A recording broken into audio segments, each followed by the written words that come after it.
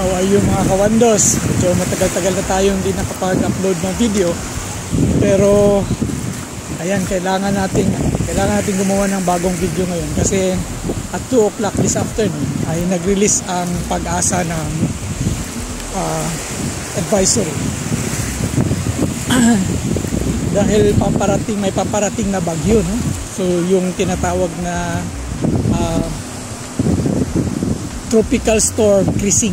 Ayan mga kawandos, may bagyo na papalapit. So gusto nating i-update ang ating mga kababayan dito sa papalapit na bagyo dahil this is very significant for me kasi ang matatamaan po sa bagyo na ito ay ang isla ng Mindanao. Yes, Mindanao po. So ngayon ay nandito po ako sa beach, no, ng Digos, Davao del Sur. Tinitingnan ko yung situation dito kasi magbibigay tayo ng updates, no, from time to time kung ano na kaganapan sa bagyo na to. So sa ngayon kung titingnan natin medyo okay pa naman. Napansin natin medyo lumalaki ng konti yung mga alon. Medyo palaki ng konti yung mga alon. Pero ang situation ngayon dito ay very calm, no? As a matter of fact, medyo low tide siya. Wala namang masyadong kaganapan. Yung hangin ay hindi pa naman siya malakas.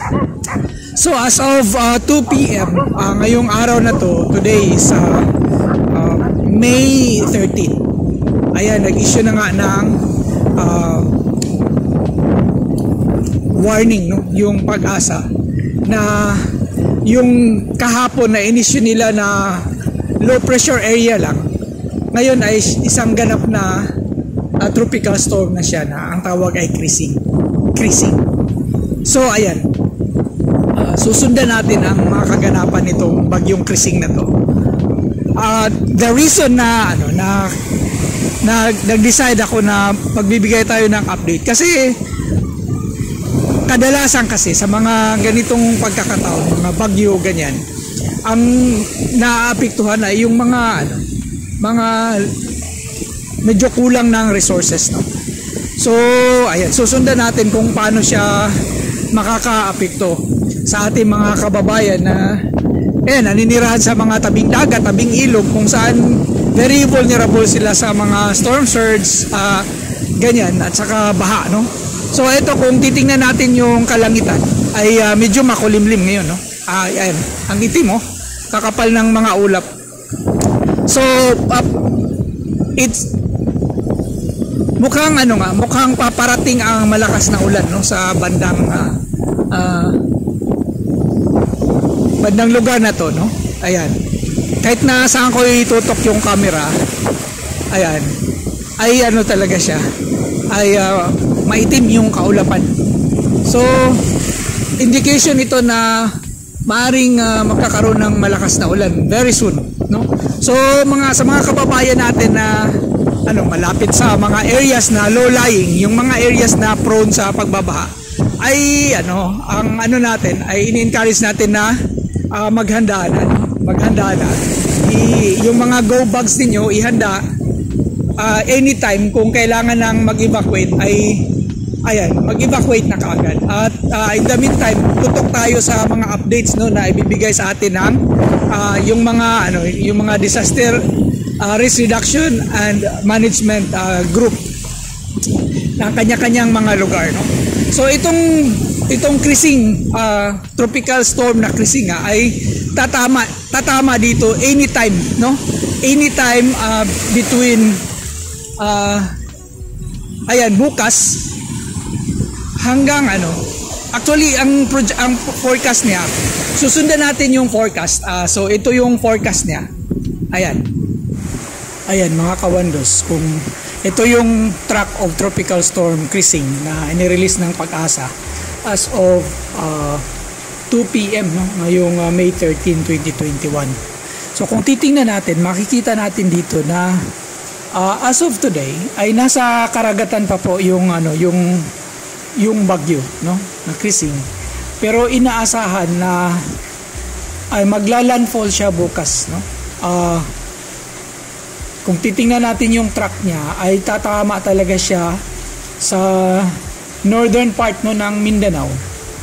Ang location namin ngayon ay nasa southern part kami. Nandito kami sa Davao region.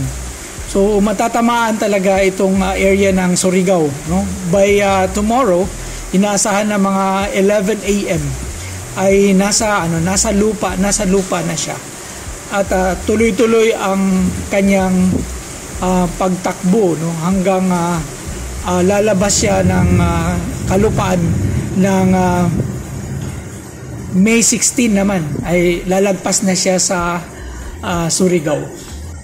Minsan lang kami matatamaan ng bagyo dito banda sa Mindanao, pero ito'y ang pinaka maalala namin na very disastrous ay yung Bofa, no, yung Pablo kung tatawagin.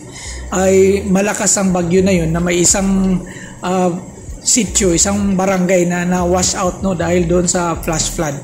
So ito ngayon ay magkakaroon tayo ng matinding monitoring, no, nitong dating ng bagyo na to, ng krising. At iwa-warn natin yung mga lugar na maaapektuhan, no? So this typhoon will gonna affect the southern portion of Surigao del Sur, particularly itong Lingig City, itong Lingig at ang City of Bislig. Ayan, ang southern portion ng Agusan del Sur, itong Loreto, Trento, Bunawan, Santa Josefa, Veruela, at saka northern portion of Davao Oriental, no, itong Boston, Katiel, at saka Baganga, including yung northern portion ng Davao de Oro, no, Laak, Moncayo, Montevista, Compostela, New Bataan, Nabunturan, Mawab, at ang northern portion ng Davao del Norte, particularly ang Kapalong, San Isidro, Asuncion, at saka New Correlia. As of today, nag-issue na yung Davao City Government ng warning sa kanyang mga residente, no? As a matter of fact, effective tomorrow, May 14 hanggang 15, ay ay sarado lahat ng mga eskwelahan at other establishments para maghanda at saka iwasan na itong mga untoward circumstances, no, na dalangan nitong bagyo. So ayun na nga mga kawandos, medyo imminent nga yung pagdating ng bagyo. So ayan, ang kailangan natin yung lubos na paghahanda, no? Lalo na doon, again, no, ulitin ko, lalo na doon sa mga low-lying areas, no, katulad ng mga malapit sa dagat at saka malapit sa mga rivers, na kailangan na nilang maghanda, pag-igtingin yung paghahanda, no? At wag tayong magiging complacent, kasi yun yung kadalasan ang nagiging costly, no, yung complacency in times of disasters. So dito lang muna, I'll be back for more updates, mga kawandos. Bye-bye.